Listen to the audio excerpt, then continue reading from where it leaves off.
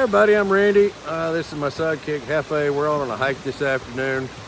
Just want to take a quick minute and talk about feet. Feet are important, and they're not a very glamorous topic, but man, we abuse them, ignore them, we mistreat our feet. We do all kind of ridiculous things with our feet, and then we act surprised when we have problems with our feet. So we probably shouldn't be acting surprised when it happens. So I have seen quite a few AT thru hikers a week or a week and a half into their 6-month-long journey, they have to end their trip. Their trip is done for no reason other than just probably their feet. So it seems like a shame to end our trip for that reason, a reason that seems so insignificant, and it seems like it ought to be easy to prevent. Two most common problems I've seen is one, just a friction blister. Our sock is bunched up inside of our shoe, it's rubbing, it becomes a hot spot, it eventually becomes a blister. Of course, the best thing we can do is prevent that. Good shoes, good socks go a long way in preventing problems with our feet. Second best thing we could probably do is cover it up, keep it from getting worse. I know some people like to put Band-Aids on that. I prefer moleskin, cover that up with some moleskin, keep it from getting worse. I have people that have sworn to me that duct tape is great for this. I am not a particular fan of duct tape for this application, but I've had so many people tell me this that I think maybe they've got a point. Maybe I'm misinformed. So I can tell you this. If duct tape is working, whatever you're doing, if it's working, keep doing that, right? Obviously, that should be the thing. And the last thing, if a blister is formed and we feel like it's going to rupture or tear anyway, we're allowed to pop it. So the best thing we can do, of course, prevent grinding that back and forth with your dirty fingernails until you tear it open. Don't do that.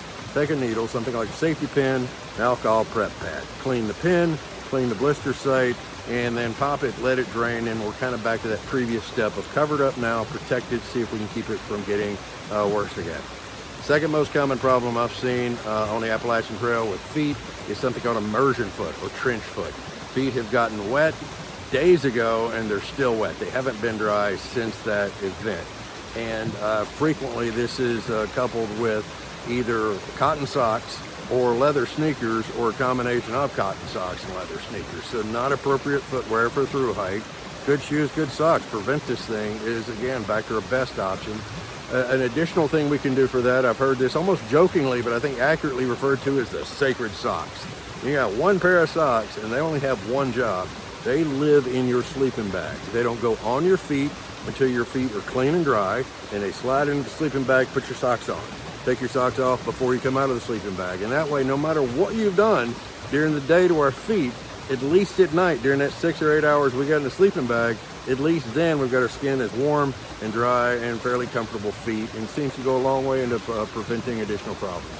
If we have progressed all the way to immersion foot, it's not at all going to be subtle. It's going to be really obvious. The skin is just kind of a nasty, slimy feeling. It's pretty disgusting to look at and smell. It's not anything that's easy at all to mistake. So if it's progressed to that point, dry it, warm it up, best we can do. This is very likely to be a trip ender.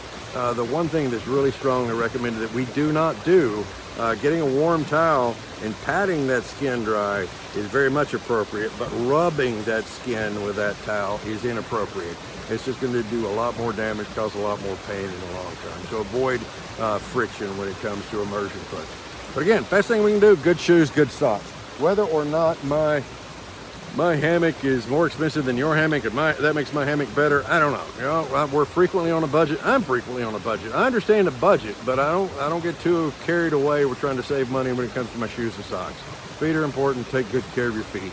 If you want to know more, if you want to come meet Hefe, come see us at NOLI. We've got a lot of programs going on, programs about backpacking, about hiking, camping, hammock camping. We've got a ton of wilderness medicine programs, wilderness first aid, wilderness first responder. Come check us out and see, and maybe before that long hike that you've got planned, maybe we can share a little bit of information with you that makes that a bit more enjoyable, a bit more likely that you're going to go from start to finish and have a great time. Hope to see you soon. Thanks again for stopping by.